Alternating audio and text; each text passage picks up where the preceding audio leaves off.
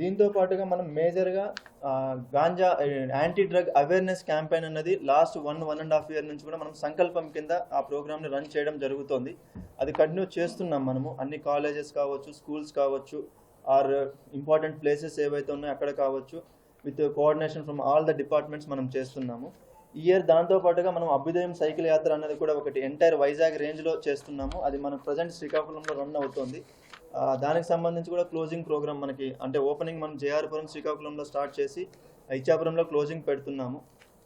Ichchapuram closing programme కూడా మనకి date అది మీకు ఇస్తారు. సో ఆ అభ్యుదయం సైకిల్ యాత్ర ఫైనల్గా మనకి అక్కడ క్లోజ్ అవుతుంది. సో ఇది ఓవరాల్గా ఇదేంటంటే అభ్యుదయం సైకిల్ యాత్ర కింద మనకి 5 జిల్లాలు వైజాగ్ రేంజ్కి సంబంధించిన 5 జిల్లాల్లో మొత్తం వాళ్ళు ఆల్మోస్ట్ 1400-1500 కిలోమీటర్స్ పోలీస్ పర్సన్స్ అందరూ సైకిల్ ర్యాలీ చేసి ఆ స్కూల్స్, కాలేజెస్, మండల్స్ అన్నింటిలో కూడా వాళ్ళ అవేర్నెస్ పెంచడం అనేది జరుగుతుంది.